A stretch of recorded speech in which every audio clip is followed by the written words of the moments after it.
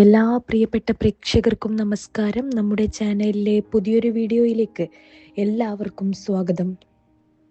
ഇന്നത്തെ ഈ വീഡിയോയിൽ ഞാൻ പറയാൻ പോകുന്നത് പലരും നിസ്സാരമായി കാണുന്ന, എന്നാൽ നമ്മുടെ പൂർവികർ വളരെ ഗൗരവത്തോടെ കണ്ടിരുന്ന ചില ലക്ഷണങ്ങളെക്കുറിച്ചാണ്. നമ്മുടെ ജീവിതത്തിൽ ഒരു വലിയ മാറ്റം വരാനിരിക്കുമ്പോൾ, അത് നല്ലതായാലും മോശമായാലും പ്രകൃതി പലപ്പോഴും ചില സൂചനകൾ നൽകാറുണ്ടെന്നാണ് ലക്ഷണശാസ്ത്രവും നിമിത്തശാസ്ത്രവും പറയുന്നത്. പലർക്കും ഇത് വിശ്വസിക്കാൻ ബുദ്ധിമുട്ടായിരിക്കാം. എന്നാൽ നമ്മുടെ പഴയ തലമുറകൾ വീടും പരിസരവും നിരീക്ഷിച്ചാണ് പല കാര്യങ്ങളും മനസ്സിലാക്കിയിരുന്നത്. പ്രത്യേകിച്ച് വീട്ടുമുറ്റത്ത് പെട്ടെന്ന് വളർന്നു വരുന്ന ചില ചെടികളുടെ അസാധാരണമായ പൂവിടൽ, ചില വള്ളികളുടെ വ്യാപനം എന്നിവയെല്ലാം അവർ വെറും സസ്യവളർച്ചയായി മാത്രം കണ്ടിരുന്നില്ല. അതിനു പിന്നിൽ ഒരു സൂചനയുണ്ടെന്ന് അവർ കരുതിയിരുന്നു. പലപ്പോഴും നമ്മൾ ശ്രദ്ധിക്കാറില്ല. വീട്ടിലൊരു പ്രശ്നം വന്നാൽ അതിന് കാരണം അന്വേഷിച്ച് നാം ജ്യോതിഷിയെയും ക്ഷേത്രങ്ങളെയും ചികിത്സകളെയും തേടിപ്പോകും. എന്നാൽ അതിനു മുൻപേ തന്നെ നമ്മുടെ വീട്ടുപരിസരത്ത് ചില സൂചനകൾ പ്രത്യക്ഷപ്പെട്ടിട്ടുണ്ടാകും. വീട്ടിലേക്ക് നെഗറ്റീവ് ഊർജം കടന്നു വരുമ്പോൾ, കുടുംബാംഗങ്ങൾ തമ്മിലുള്ള ഐക്യം കുറയുമ്പോൾ, ധനപരമായ ബുദ്ധിമുട്ടുകൾ വർദ്ധിക്കുമ്പോൾ, കാരണമറിയാത്ത വിഷമങ്ങൾ ജീവിതത്തെ ചുറ്റിപ്പിടിക്കുമ്പോൾ പ്രകൃതി പല രൂപത്തിൽ മുന്നറിയിപ്പ് നൽകുന്നുവെന്നാണ് പഴമക്കാർ വിശ്വസിച്ചിരുന്നത്.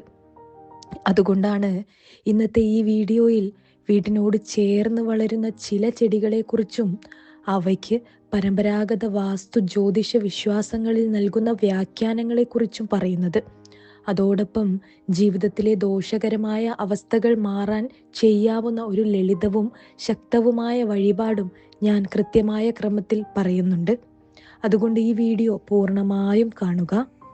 ചില വീടുകളിൽ ഒരു ദിവസം നോക്കുമ്പോൾ വീട്ടിൻ്റെ മുൻവശത്ത് തൊട്ടാവാടി നിറഞ്ഞു നിൽക്കുന്നത് കാണാം. സാധാരണയായി ഇതൊരു ചെറിയ ചെടിയാണെങ്കിലും വീടിൻ്റെ പ്രധാന പ്രവേശന കവാടത്തിന് നേരെ ഇത് വളരുകയാണെങ്കിൽ, അതുപോലെ തന്നെ പൂവിടുകയാണെങ്കിൽ കാര്യതടസ്സങ്ങളുടെ സൂചനയായി ഇത് കരുതുന്നു. ചില കാര്യങ്ങളും അതുപോലെ തന്നെ പല കാര്യങ്ങളും അവസാന നിമിഷം മുടങ്ങുക, എത്ര ശ്രമിച്ചാലും മുന്നേറ്റം ലഭിക്കാതിരിക്കുക, മനസ്സിൽ ആത്മവിശ്വാസക്കുറവ് ഉണ്ടാവുക തുടങ്ങിയ അവസ്ഥകളുമായി ഇതിനെ ബന്ധപ്പെടുത്താറുണ്ട്. അതുപോലെ വീടിൻ്റെ മുൻഭാഗത്ത് നിയന്ത്രണമില്ലാതെ വളരുന്ന ചില മരങ്ങളും വള്ളിച്ചെടികളും ഐശ്വര്യപ്രവാഹം തടയുമെന്നാണ് വിശ്വാസം. കറിവേപ്പും ഇത്തി പോലുള്ള ചില മരങ്ങൾ വീടിൻ്റെ മുൻവശത്ത് വന്ന് പൂത്തു നിൽക്കുന്നത് നല്ലതല്ലെന്ന് പഴയ വാസ്തു ഗ്രന്ഥങ്ങളിൽ പറയപ്പെടുന്നു.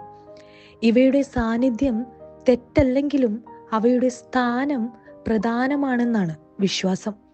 വീടിൻ്റെ വശങ്ങളിലോ പിന്നിലോ വളരുന്നത് അനുയോജ്യമാണെന്നും മുൻവശത്ത് പ്രധാന ഊർജ പ്രവാഹം തടസ്സപ്പെടുമെന്നുമാണ് ചിലരുടെ അഭിപ്രായം.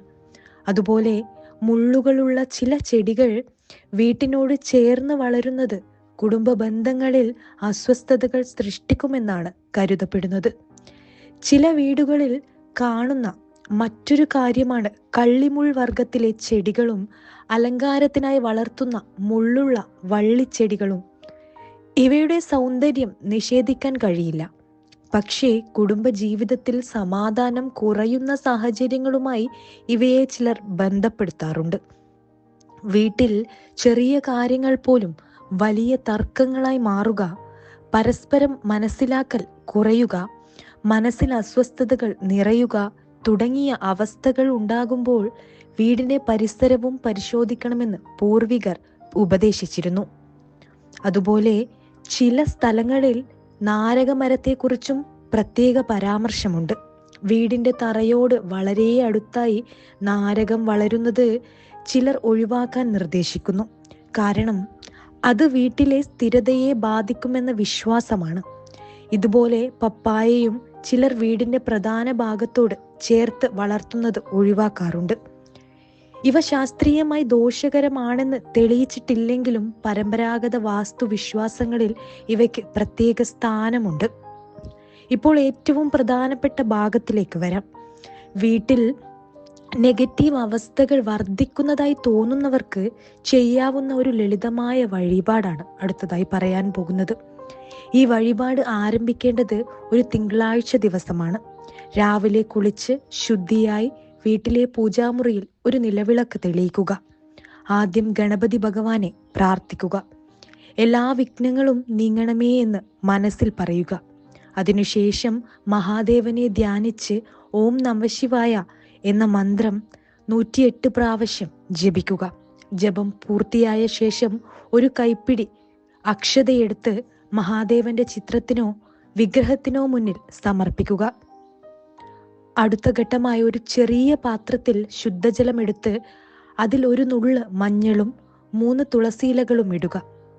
മഹാദേവന്റെ നാമം ചൊല്ലിക്കൊണ്ട് ആ ജലം വീട്ടിലെ പ്രധാന വാതിലിലും ഉമ്മറപ്പടിയിലും വീടിന്റെ 4 കോണുകളിലും തെളിക്കുക. അതിനുശേഷം വീടിന്റെ മുൻവശത്ത് നിന്നുകൊണ്ട് സൂര്യനെ നോക്കി 3 പ്രാവശ്യം പ്രണാമം ചെയ്യുക. വൈകുന്നേരം സമീപ ശിവക്ഷേത്രത്തിൽ പോവുക. അവിടെ ഒരു നെയ്വിളക്ക് സമർപ്പിക്കുക. സാധ്യമെങ്കിൽ ജലധാരയോ അഭിഷേകത്തിനുള്ള ജലമോ സമർപ്പിക്കുക. തുടർന്ന് നന്ദിക്ക് 3 പ്രദക്ഷിണം വയ്ക്കുക. ശേഷം മഹാദേവന്റെ സന്നിധിയിൽ നിന്ന് കുടുംബത്തിലെ എല്ലാവരുടെയും പേരുകൾ മനസ്സിലോർത്ത് ദോഷങ്ങൾ അകറ്റണമേ എന്ന് പ്രാർത്ഥിക്കുക. ഈ ക്രമം തുടർച്ചയായി 3 തിങ്കളാഴ്ചകൾ ചെയ്യുക. 3-ാമത്തെ തിങ്കളാഴ്ച ക്ഷേത്രത്തിൽ നിന്ന് ലഭിക്കുന്ന പ്രസാദം വീട്ടിലേക്ക് കൊണ്ടുവന്ന് കുടുംബാംഗങ്ങൾക്കൊപ്പം സ്വീകരിക്കുക. തുടർന്ന് ഒരു തുളസിച്ചെടിയോ മുല്ലച്ചെടിയോ തെച്ചിച്ചെടിയോ വീട്ടിൽ നട്ടുപിടിപ്പിക്കുക. അതിനെ ദിവസവും ജലമൊഴിച്ച് പരിപാലിക്കുക. വീട്ടിൽ പോസിറ്റീവ് ചൈതന്യം നിലനിൽക്കട്ടെ എന്ന് പ്രാർത്ഥിക്കുക. ഓർമ്മിക്കുക, ഒരു ചെടി മാത്രം ജീവിതത്തെ മാറ്റുകയോ നശിപ്പിക്കുകയോ ചെയ്യില്ല. എന്നാൽ നമ്മുടെ പൂർവികർ പ്രകൃതിയുമായി ബന്ധപ്പെട്ട് രൂപപ്പെടുത്തിയ വിശ്വാസങ്ങളും അനുഭവങ്ങളും നമ്മെ ജാഗ്രതപ്പെടുത്തുന്ന സന്ദേശങ്ങളായിരിക്കാം. വീടിന്റെ പരിസരം ശുചിയായി സൂക്ഷിക്കുകയും നല്ല ചിന്തകൾ വളർത്തുകയും ദൈവസ്മരണയിൽ ജീവിക്കുകയും ചെയ്യുമ്പോൾ പല നെഗറ്റീവ് അവസ്ഥകളിൽ നിന്നും നമുക്ക് മോചനം നേടാനാകുമെന്ന് വിശ്വാസം പറയുന്നു. അതുകൊണ്ട് വീട്ടുപരിസരം ഒന്ന് ശ്രദ്ധിക്കുക. ആവശ്യമില്ലാത്തവ നീക്കം ചെയ്യുക. പോസിറ്റീവ് ഊർജം നൽകുന്ന സസ്യങ്ങൾ വളർത്തുക. ദൈവാനുഗ്രഹം പ്രാർത്ഥിക്കുക. എല്ലാവരുടെയും ജീവിതത്തിൽ സമാധാനവും ഐശ്വര്യവും ആരോഗ്യവും നിറയട്ടെ. ഓം നമഃശിവായ. ഇത്രയുമാണ് ഇന്നത്തെ ഈ വീഡിയോയിലൂടെ എനിക്ക് നിങ്ങളുമായി പങ്കുവെക്കുവാനുള്ളത്. ഈ ഒരു വീഡിയോ ഇഷ്ടമായാൽ തീർച്ചയായും ലൈക്ക് ചെയ്യുക. അതുപോലെ തന്നെ നിങ്ങളുടെ വിലയേറിയ കമൻറ്റുകൾ കമൻറ്റ് ബോക്സിൽ എഴുതുക. എൻ്റെ ഈ ചാനൽ സബ്സ്ക്രൈബ് ചെയ്യാതെയാണ് നിങ്ങൾ കാണുന്നതെങ്കിൽ തീർച്ചയായും ചാനൽ സബ്സ്ക്രൈബ് ചെയ്യുക. മറ്റുള്ളവരിലേക്ക് ഈ അറിവ് പങ്കുവെക്കുവാനായി വീഡിയോ ഷെയർ ചെയ്യുക. എല്ലാവരുടെയും ജീവിതത്തിൽ ഐശ്വര്യവും സമാധാനവും സമ്പത്തും സന്തോഷവും എന്നെന്നും നിലനിൽക്കട്ടെ എന്ന് ആശംസിക്കുന്നു. അടുത്തൊരു ഉപയോഗപ്രദമായിട്ടുള്ള വീഡിയോയുമായി കാണാം. നന്ദി, നമസ്കാരം.